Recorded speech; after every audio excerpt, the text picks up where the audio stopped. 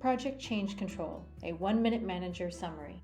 Project Change Control is managing the triple constraint of scope, cost, and time. Solution change requests impact all of those and project solution quality. So first, how to track project changes. Make a log. Document the request solution change and the reason for the request. Next, calculate the impact and effort.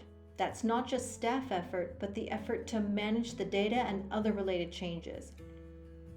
When your project starts, set up a change control team. This multidisciplinary team looks at every aspect of a change and approves it for management's final review. If the change is significant, document it in a decision log. This gives you the options related to a single change, which allows you to understand the pros and cons of each and make a good decision. If you like this video, give it a like and check out my 1-minute project manager playlist for more.